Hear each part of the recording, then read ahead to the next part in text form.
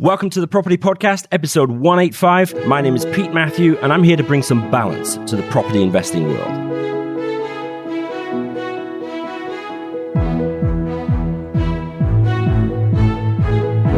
Well, hang on, what's all this? We've got an interloper, episode 185, and we are under attack from the Meaningful Money podcast. Rob, we've got an intruder in the house. I know, that's my favourite bit. And he's taking it off me, I can't believe it. Well, as we've probably given away already, we're being joined by a very special guest, Pete Matthew from Meaningful Money. We'll come to his part of the show very, very soon. But we've got a few bits and pieces to make you aware of. First of all, Rob, Discovery Day that we mentioned for RMP Yellow, not going to talk about that much because it literally sold out straight away. So 200 places gone, money going to charity, which is great. And finally, some people learning a bit about what we do. Because interestingly, when we surveyed our Property Hub audience, over 40% of people actually weren't aware of the things we did outside the podcast, which is incredible, really, because we feel like we talk about it all the time, but obviously a lot of people still don't know. So those days should be really good fun. Yeah, they should be good fun. People find out what we do. £1,000 to charity. Everyone's a winner. So yeah, looking forward to that. Also, looking forward to meetups, which are upon us again. Next week is the first Thursday of the month, which can only mean that it is Meetup Day. I am especially excited about this one because I get to go and kick off a brand new meetup. We are launching a meetup in Waterloo. We've had a meetup in the south of London before, but we're shifting to a brand new location, and I'm going to be down there, getting there off, hopefully, to a good start.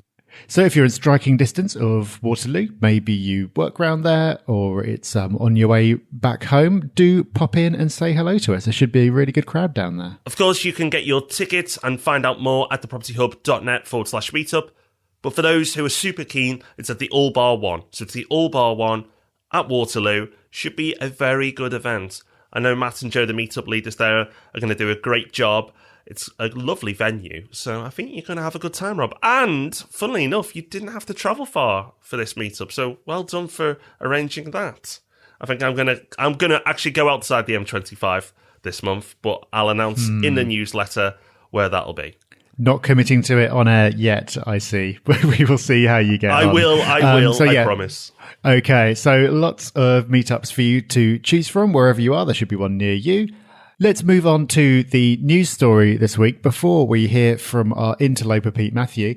The news story this week, Rob, the Northern Powerhouse that we've talked about several times in the past. We had a really great magazine feature about it. Well, thankfully for us, still a thing.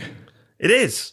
The Northern Powerhouse is going ahead, never in doubt. But if you had followed the news recently, Theresa May was not against it, but she was quiet. And then George Osborne started pushing her into a corner, you could say, a political corner. He is now heading a new think tank, which promotes the Northern Powerhouse, which can only be a good thing. And Theresa May, in the last week, has come out confirming her commitment to the Northern Powerhouse. Manchester gets mentioned in particular. Very, very good news. It's good to hear that being mentioned and talked about prior to the autumn statement, which is not too far away now, which we should see some major projects announced, because the leaks from the media that are coming out is certainly hinting at that. So all very exciting stuff. So if you want to read up on that a little bit more, check out the show notes, which this week you can find at thepropertyhub.net/personal Pete. And talking of Pete, we better get him on. So why is Pete Matthew on the show? We rarely do interviews. Well, for a few reasons. Yes, he's a great guy, but actually it's because he knows what he's talking about. When we've got subjects that we're not experts on, yes, we could talk about personal finance and give our own views, but if you've got somebody in your network that really, really knows the stuff, why not bring them on? So we've been on Pete Matthew's Meaningful Money podcast, absolutely fantastic, twice. So, of course, we thought, we keep going around to his house, so we better get him around for tea. So we got him onto the podcast and we weren't disappointed. Certainly not. There's a load of really, really great stuff in this episode, including some really important bits that somehow we've completely neglected to talk about for 3.5 years. And when Pete said it, it's like, oh yeah, how have we not mentioned this before? So that's the value of getting a true expert in. We kicked off by saying to Pete, well, you speak to loads and loads of people about their personal finances. What's the biggest mistake you see them making? Oh, gosh, so many. Difficult to choose one. I think probably the biggest mistake, and perhaps the mistake with the biggest impact, is where people are attempting to time the market, whatever market they're in. So, whatever it is that they're investing in. Trying to time it is usually a really bad idea, certainly for the ordinary investor on the street. So, if I got somebody who wants to put some money in the market and they see some stock market wobbles and they think, okay, I think I'll just hang on to my money a little bit and I'll put it in when things settle down. That rarely works. Or, sometimes they might say, well, I'm just going to, I foresee some problems around the US election, so I'm going to pull my money out into cash and then decide when to go back in. That stuff never works, and there is faultless evidence about that it is far better to stay in for the long term and invest through thick and thin, really. And, that's the better long-term plan. So there is a huge difference between investment returns and investor returns. And the difference is usually people's behavior. So always best to hang in there for the long term. What should be people doing? What should they start off by setting themselves up before they, get stuck in and plowing their money into left, right and centre? Before they get anywhere near that point, what's the first step? Lots of steps. I think you should always start with some kind of plan. How detailed that is, is different for every person. But investing, that's building for the future, right? And it's tempting to sort of rush on ahead and think, great, I can get rich, whether it be through property investing or dumping money into a pension or whatever. It can be tempting to sort of pile ahead and think, this is going to be great. This is my sort of way to becoming a wealthy person. But if you start building wealth with a flawed foundation, it can all come crashing down, right? Now, I'm a fairly cautious person. I deal with a lot of people with a lot of money, and I've got to face them over their kitchen table if it all goes belly up, right? So I'm always keen to put in these strong foundations before people invest on top of that. Now, when it comes particularly to property investing, given that we're here and we're talking about this stuff, I wouldn't even get involved with investing of any kind unless I'd pay down all my bad debt first. So bad debt is credit and store cards, personal loans, overdrafts, stuff like that. If we're in the realms of payday loans, then we're really not talking to people who are investing, right? But this is what I would call bad debt. High interest, used to buy stuff which depreciates in value. That's as opposed to good debt, which is things like mortgages. Used to buy assets which usually appreciate in value. Student loans would be a good debt because it sort of helps give you a step up on the salary ladder and stuff like that. So I would make sure bad debt is paid down first. I don't really see there's a lot of point in you trying to get some returns while still paying a chunk of interest to other people. That doesn't make any sense. You're making other people rich, aren't you? Yeah, exactly. And that good debt, bad debt distinction gets missed by a lot of people. I think people are either quite comfortable with debt or they just have this kind of blanket, all debt is bad kind of view. And book Rich Dad, Poor Dad, which we've talked about multiple times, makes that clear. And that's sort of a light bulb moment for a lot of people in our audience, I think. And as part of that foundation that you're building, something that we've never really talked about on the podcast before, but I know that you sometimes recommend is life insurance. So where should that fit into people's plans? Yeah, it's like the most boring product ever, isn't it? Life insurance. You're doing something to cover something that you hope will never happen. All insurance is, you hope you never need it, but when you do, then it's fantastic to have it in place. And again, every person's situation is different. So if you've got a single person with no dependents, then maybe they don't need some life insurance, which is, simply a policy that pays out if you die within a set term, and you pay a premium for it every month usually. So it depends on your dependents, is what I sort of thought when I was thinking about this. So if you've got people who are dependent on you, I think it ought to be law that there should be some form of protection for those left behind. If nothing else, it makes it a little bit easier. So, if you had a property portfolio, let's say you live in your own house and, you got a mortgage on that, and maybe you've got a couple of other properties as well with buy-to-let mortgages on. Even if you have nobody dependent on you and you think, well, the mortgages, they'll just get paid off by selling the properties. That's fine. But a little bit of life insurance, maybe, 30, 50 grand, something like that, held in trust for those who will be sorting out the mess left when you die, can make life an awful lot easier. And it might cost you, depending on how old you are, 10, 20, 30 quid a month. It's sort of no-brainer money, really. You can allow a lump of money is released quickly, usually within 2 or 3 weeks. If it's held in trust, it's not part of your estate that way, so it doesn't have to go through the whole probate process. And it just, look, here is a chunk of money to help you sort out all my mess when I'm gone, really. And it doesn't have to cost the earth. So it almost ought to be, par for the course, I think. If you've got dependents, then there's a lot more to it than that. I mean, I, without any question, would have my home mortgage covered in the event of death. There are other things you can cover as well. Critical illness, so those are things like cancer, heart attack, stroke, but also, not just old person diseases, so things like multiple sclerosis, motor neuron disease, all those things. You can have a lump of money paid out if one of those things happens to you as well. And even income protection. Less the case perhaps for buy-to-let investors or professional property investors where the income is likely to come in, whether they're actually physically able to work or not. But again, every case is different. But some kind of protection program doesn't have to cost the earth. And it, again, forms part of this foundation on which you build wealth for the future.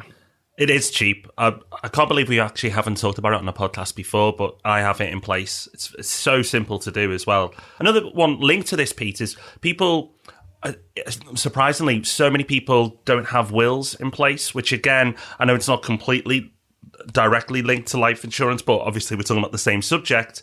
Things can get messy if you don't have that in place as well. Oh, super messy, yeah. And it's, again, I don't know what the stat is. It's something like 1 in 30 or 1 in 20 or something. I probably shouldn't guess, but it's a very small proportion of us have wills in place. It does make things massively easier for those left behind. If you don't have a will, then everything you have is subject to the laws of intestacy. So in other words, it's the realm and the government which decides who gets what. And for the sake of probably, depends where you are in the country, but down here in Cornwall, you can get a will written for 100 quid. Probably in London, it's 500. But, either way, just give me a ring, folks. I'll put you in front of somebody local who can work via Skype. But it's one of those things that you put off. But once it's done, it actually provides a great deal of peace of mind. All right. So we've talked about all the things that don't get talked about enough. And so we've done our duty there. It's a bit depressing though. So can we get on to the good stuff now? Let's start talking let's talk about building up some savings and putting those savings to use in some kind of way. So if people want to invest in property, it starts by building a deposit. The days of 100% mortgages, thankfully, are behind us. If someone's in that sort of painfully slow stage of building that deposit, where should they keep their cash? Can they invest it somewhere other than the bank, getting a derisory rate of interest to get there faster? Yeah, if I had a quid for every time I get asked this question, Rob, what can I do with the money I've got in the bank now? I'm getting 0.4% on it or something if I'm lucky.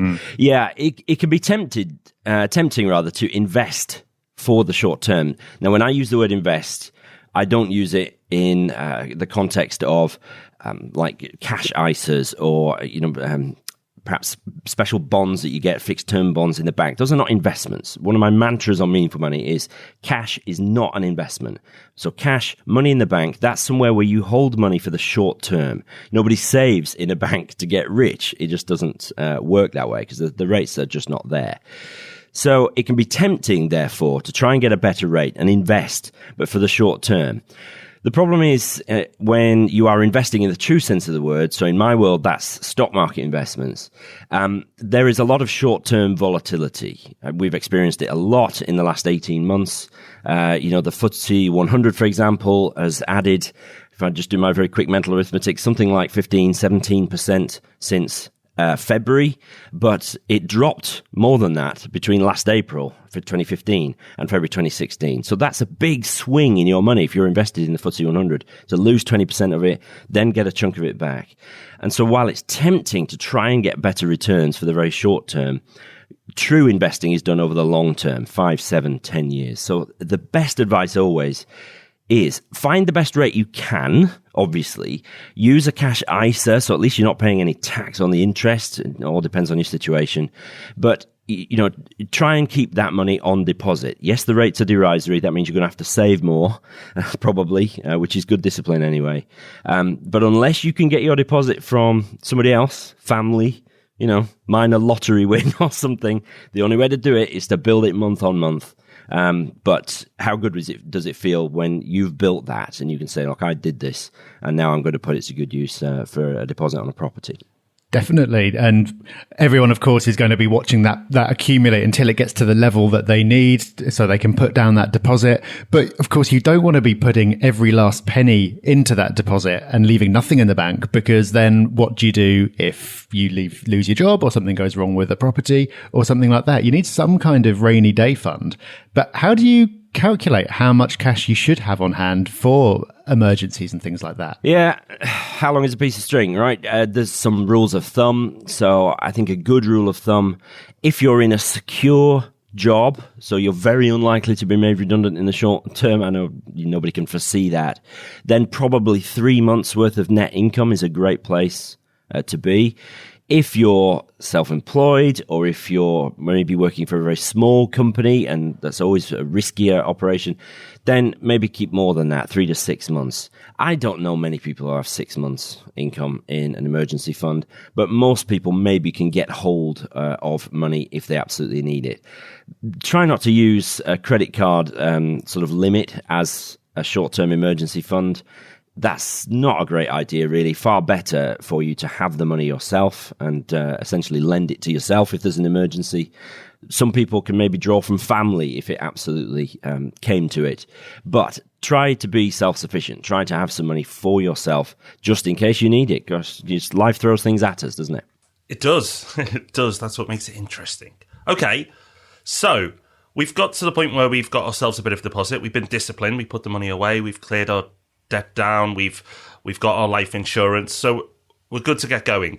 What should we be doing next? Back to what we started at the beginning, really. Having some kind of a plan. We can sort of fall into these things, and a lot of us do. We get all excited and we sort of look at the first deal that comes across our desk and we think, right, that's the one, and I'm going to go for it. Best to sort of take a step back and have a plan, I think. So I think you need to perhaps set some limits or set some almost practical ways that you will deal with debt. It's always important to be careful with debt, even good debt, right? Because even good debt can become bad if it gets out of control. So even good debt to buy an appreciating asset like a property, generally appreciates, of course, not always, but usually, we need to be careful with it. So not to scale too quickly, particularly if you're a new property investor, to find your feet, get used to how it all works. Certainly shop around for the right mortgage, but I don't know what you guys think. For me, I always tell people, find a really good mortgage broker who can help. I'm not a mortgage broker, okay? So when I came to do my mortgage, I thought I'd be able to do a decent job. Got hold of my bank, had a dreadful experience with them, and then eventually admitted defeat and spoke to a broker here in town who sorted me a mortgage out in about 15 minutes. Dealing with a good professional can save you an awful lot of time and headache. So shopping around for a right mortgage, using a decent professional, it's worth paying fees if you're getting good value, even with all the information that's out on the internet, I think you definitely need to plan for blank periods. So if you're buying buy-to-lets, it's wonderful when that rental income starts coming in and you start to see some profit on the whole exercise.